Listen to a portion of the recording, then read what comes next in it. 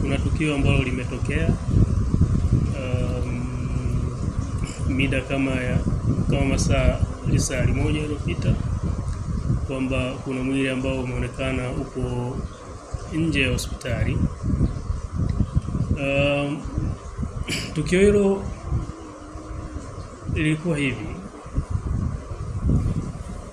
kuna mgonjwa ambaye alikuwa anasafirishwa toka Kilwa kuja Sokoine kwa ajili ya kupata matibabu. Alisikia bahati mbaya amepoteza maisha akiwa njiani. Gari ambayo ya abiria ambayo ilikuwa imembeba ilipoingia geti kubwa, walisema walikutana na mtu akaambiwa kwamba sababu mgonjwa amefariki, basi aingie moja kwa moja geti dogo ambalo lipo karibu na mochwari. Alipoenda geti dogo la mochwari, alikutana na mlinzi ambao walibidi kumwita mmoja wa staff wetu pale ambaye anafanya kazi kitengo cha TB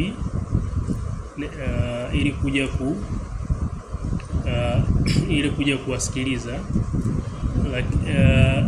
Yule staff aliposikia kwamba ni maiti, alibidi kumwita mtumishi wetu wa mochwari. Mtumishi wa mochwari alienda akawaona wale ndugu, na mwili ulikuwa bado upo ndani ya basi ambalo ni Tata, kulingana na taarifa ambazo zimepewa. Kulingana na yeye, akawapa utaratibu ambao ulikuwa unatakiwa ufanyike, sababu hauwezi ukachukuliwa mwili ukaingizwa mochwari kabla hujathibitishwa kwamba mgonjwa amefanyaje au ule mwili ni maiti kabisa. Kwa hiyo aliwaambia tena inabidi warudi kuingilia geti kubwa ili aende mgonjwa au maiti ipelekwe kitengo cha dharura, madaktari waweze kuona na kujithibitishia kama kweli ni mzima au amefariki. Sawa? Baada ya kuthibitishwa kama amefariki akiwa katika kitengo cha dharura, then pale ndio utaratibu wa kuweza kupeleka mwili mochwari ufuate. Lakini baada ya taarifa hiyo, kutokana na ndugu kuambiwa tena mwili unatakiwa urudi kupitia geti kubwa, then wao wakasema hatuwezi kufanya hivyo, na wale ambao walikuwa wamiliki wa gari, kwa sababu ni gari la biashara, walitaka kuendelea na shughuli zao walitaka kuendelea na safari. Kwa hiyo opti kuweza kuushusha mwili pale chini. Lakini walipo timu ilikuwa imeshaenda kufata machera kwa ajili ya kuchukua mwili uingizwe ndani, kwa sababu tayari ilishatokea kosa kwamba mwili ulitakiwa upitiwe kule kitengo cha dharura, lakini ulikuwa umepitishwa kule kwenye geti dogo ambalo liko karibu na mochwari. Kwa hiyo wakati timu imeenda kufata machela kwa ajili ya kubeba ule mwili ili waweze kuingiza hospitali na daktari aitwe kwa ajili ya kuweza kuthibitisha kama kweli ni mgonjwa yuko hai au amefariki, na kuweza kuhifadhi mwili mochwari, machela wafika, ndugu wakawa wamekataa kabisa kusema kwamba sisi hatuko tayari kuingiza mwili huko, kwa sababu nyie mmekataa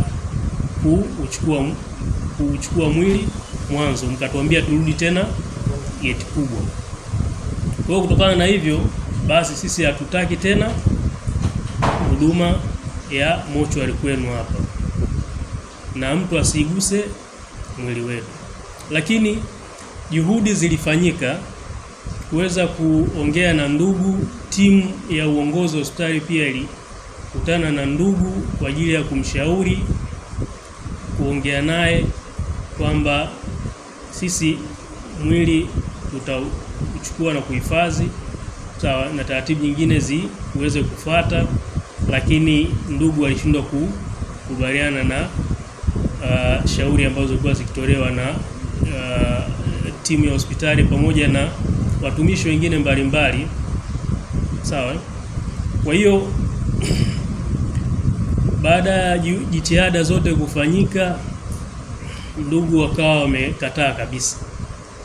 Kwa hiyo mwili ukawa umebaki pale nje, wakasema kwamba wao wataupeleka sehemu nyingine. Ndio wakaita gari ndogo wakapakiza kwenye gari, lakini hawakuondoka muda huo, wakawa wamebaki eneo lile kwa muda kidogo, wakiwa hatukujua kwamba walikuwa na malengo gani. Na sisi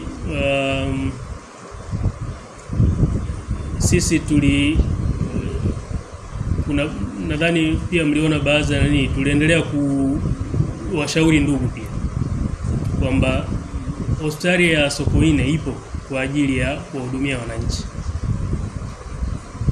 Hii ni hospitali yao,